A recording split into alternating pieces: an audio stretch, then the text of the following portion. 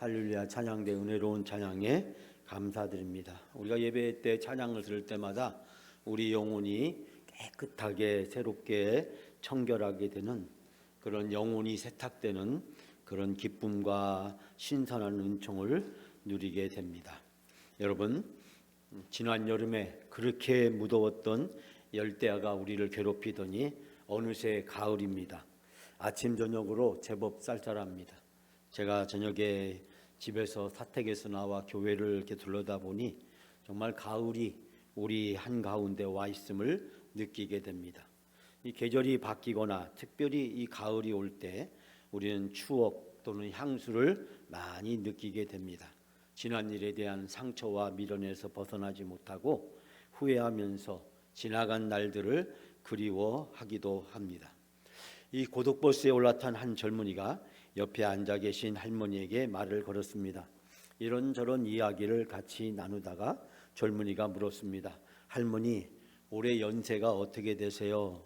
가자, 그 할머니가 들었는지 못 들었는지 그럽니다. 할머니, 올해 몇 살이세요? 라고 물었더니 그 할머니가 대답하기를 주름살, 그렇게 얘기했답니다. 할머니, 농담도 참 잘하시네요. 할머니, 주민등록증은 있으세요? 할머니가 하시는 말씀이 주민등록증은 없고 대신 골다공증은 있어 라고 얘기합니다. 그럼 할머니 건강은 좀 어떠세요? 그랬더니 그 할머니가 하시는 말씀이 유통기한이 벌써 지났어 라고 이야기를 했답니다. 여러분 무슨 얘기인지 못 알아듣신 것 같아요.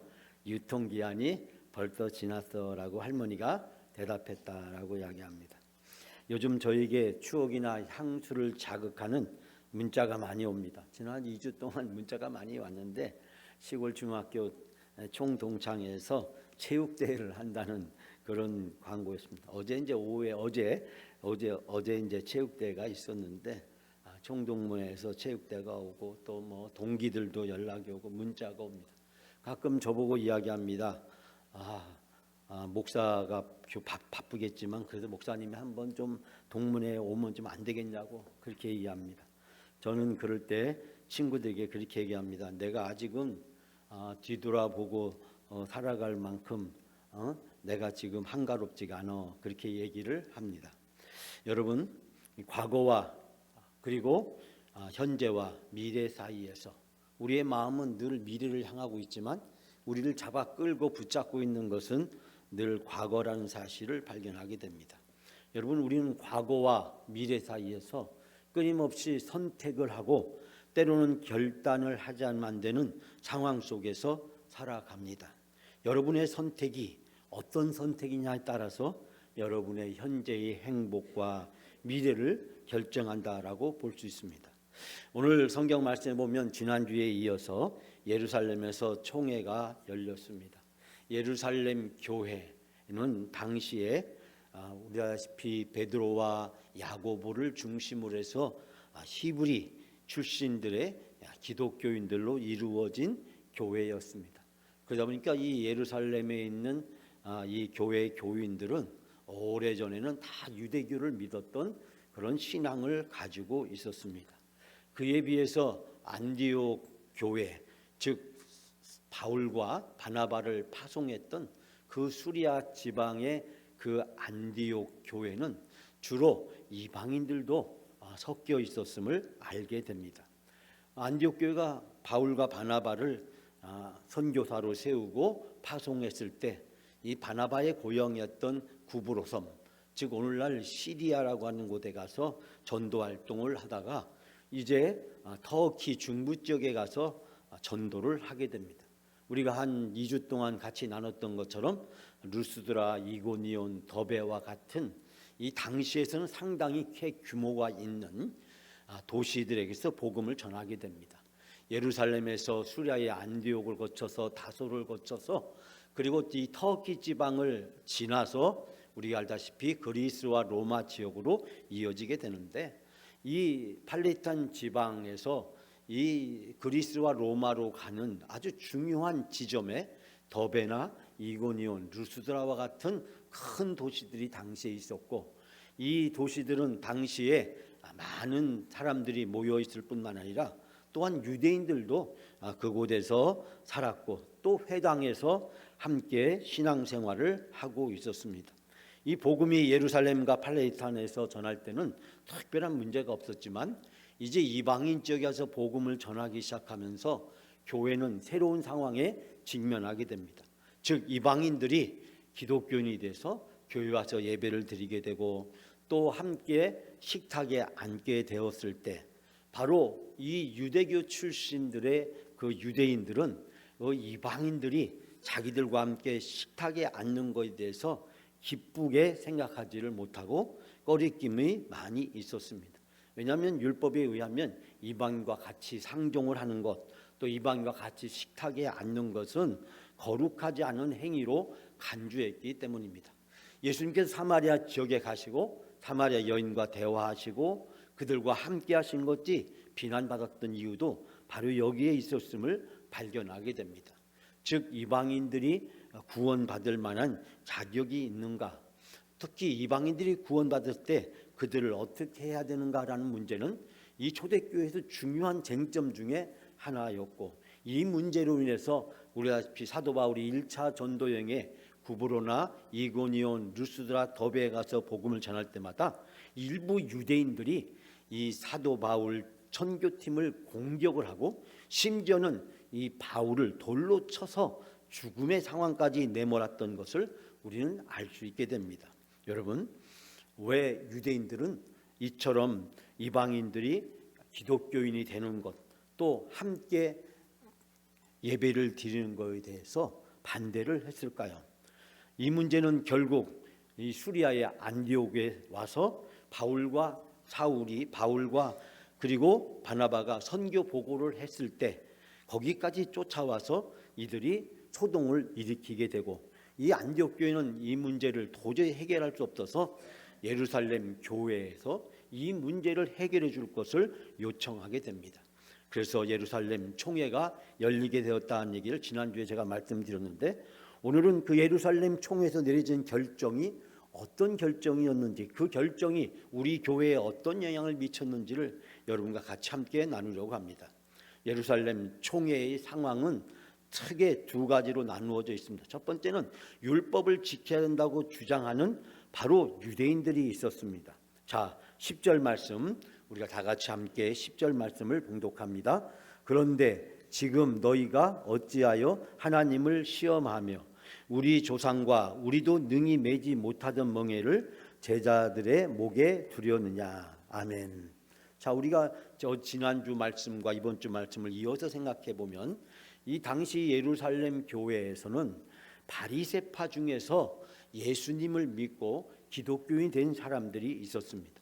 바리새파는 사두개파와 더불어서 이스라엘을 이끌어가는 가장 중요한 두 당시의 계파들이었고, 이 바리새파는 특별히 율법을 잘 지키는 것이 그들의 삶에 있어서 가장 중요한 것으로 생각했습니다.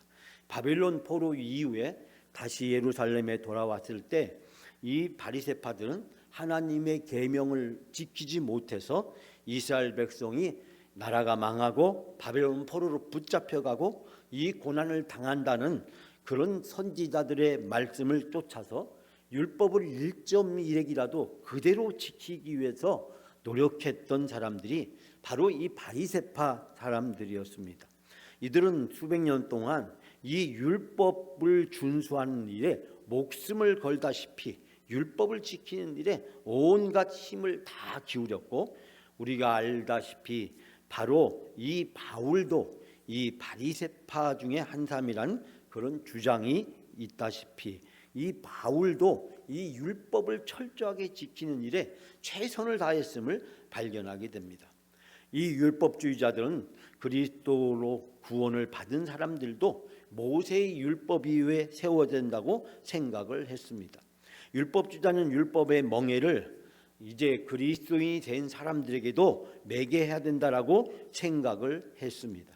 왜냐하면 이들이 그만 주장을 한 이유는 예수님도 유대인이었기 때문에 유대인이 되려면 당연히 할례를 받고 율법을 지켜야 되고 유대교에 귀의를 해야 된다라고 생각을 했습니다.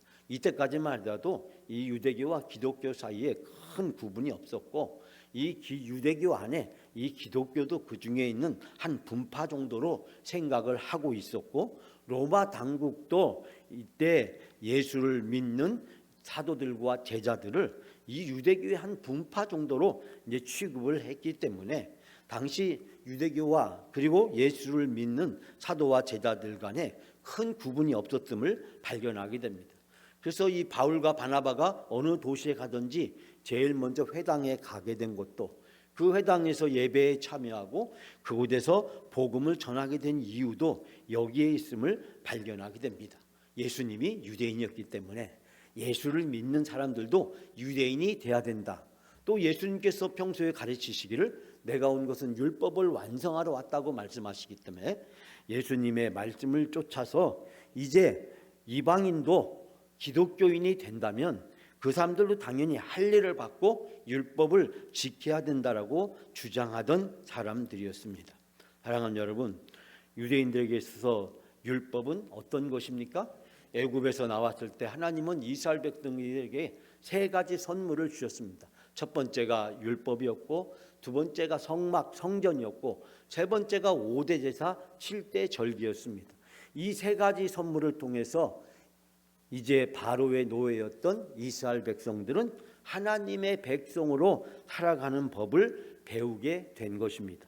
즉 바로의 노예냐 하나님의 백성이냐 그 구분 짓는 것이 율법을 지키느냐 성막과 성전에 와서 예배를 드리느냐 그리고 5대제사와 7대 절기를 지키느냐를 가지고 그 사람이 유대인인지 하나님의 백성인지 아닌지를 구분해 왔습니다.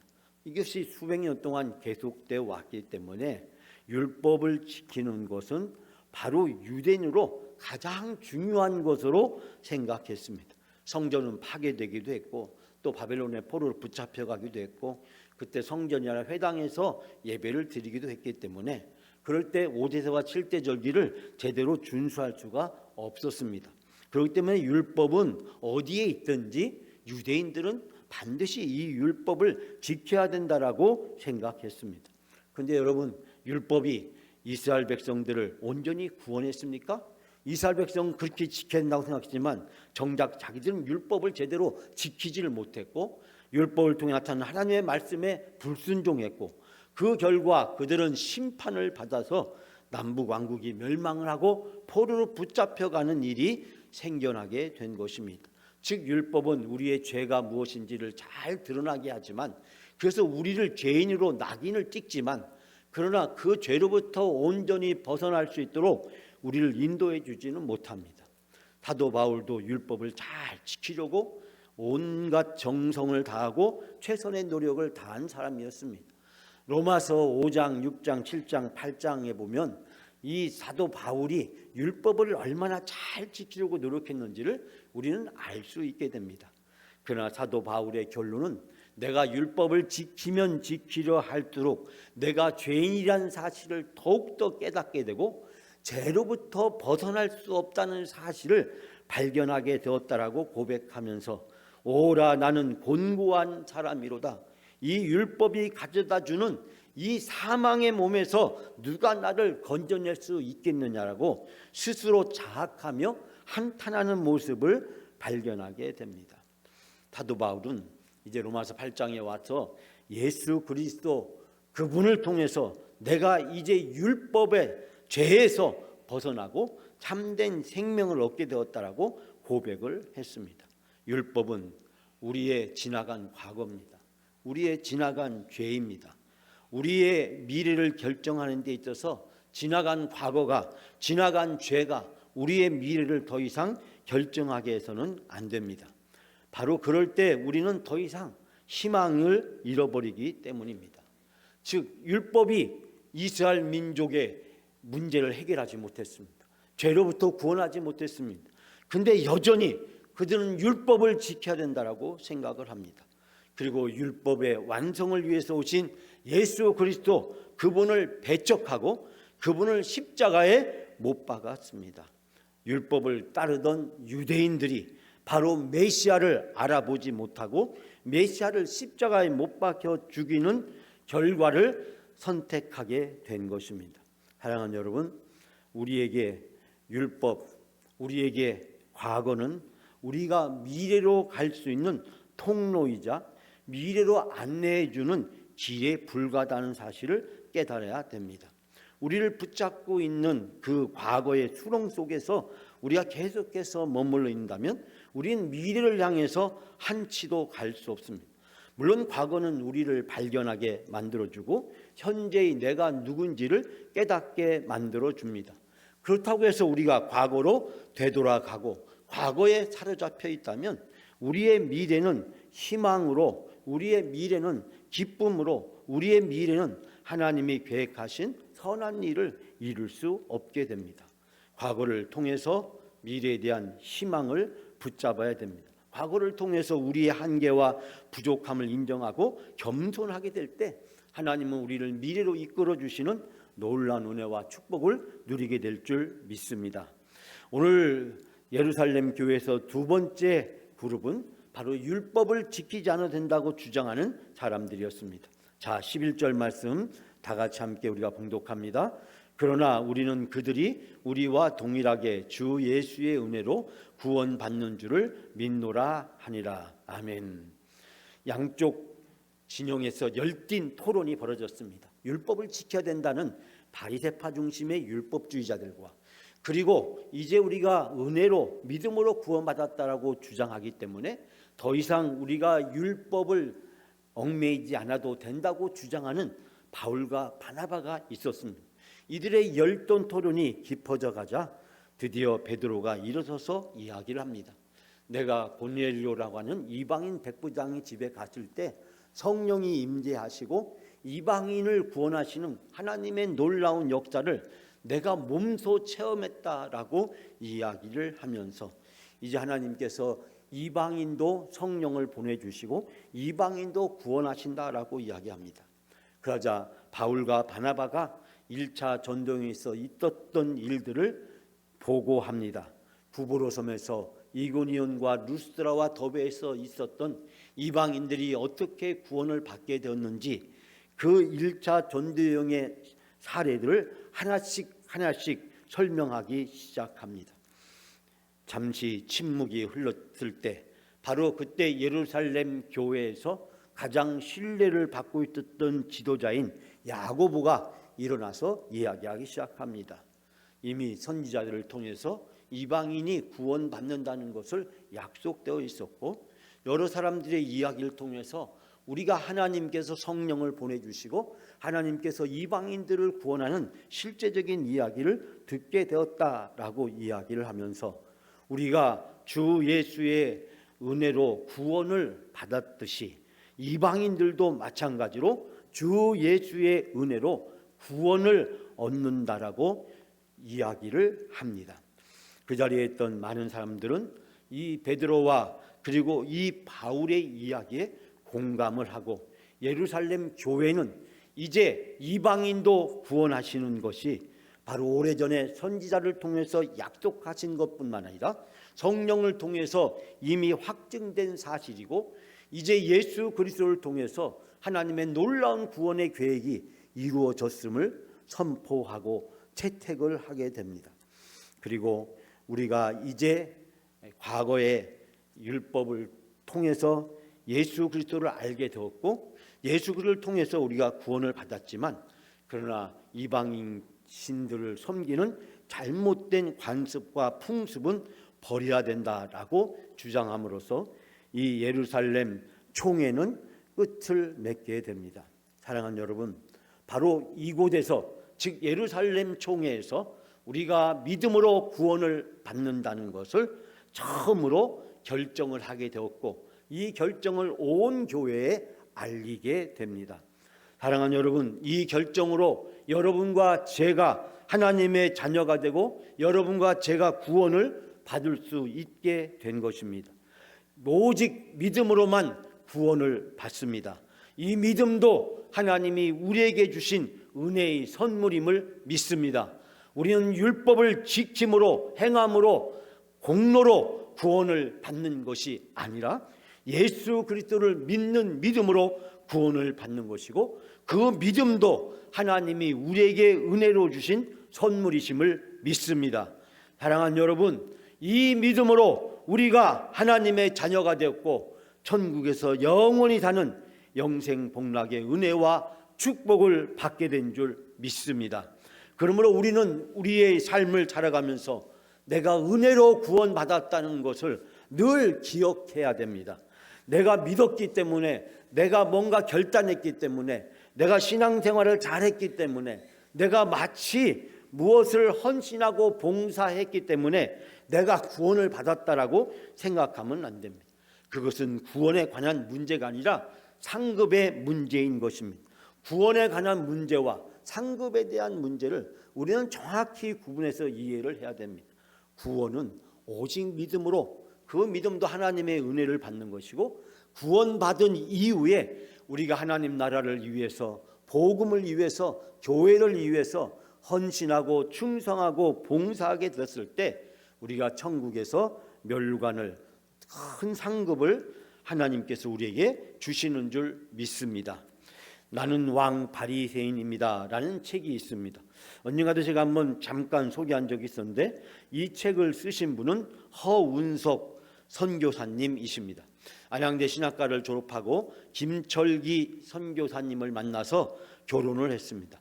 이 선교사는 보통 부부가 함께 선교사로 파송이 되기 때문에 이 김철기 선교사님의 사모님이자 또 선교사로 파송을 받은 허운석 선교사님, 서울의 한 교회에서 중고등부 전도사를 섬기다가 경상북도 금융군에 있는 작은 시골교회에서 6년 동안 김철기 목사님의 사모님으로 사역을 했고, 1991년 신촌교회 창립 35주년을 기념해서 브라질 아마존에 파송을 받게 되었습니다.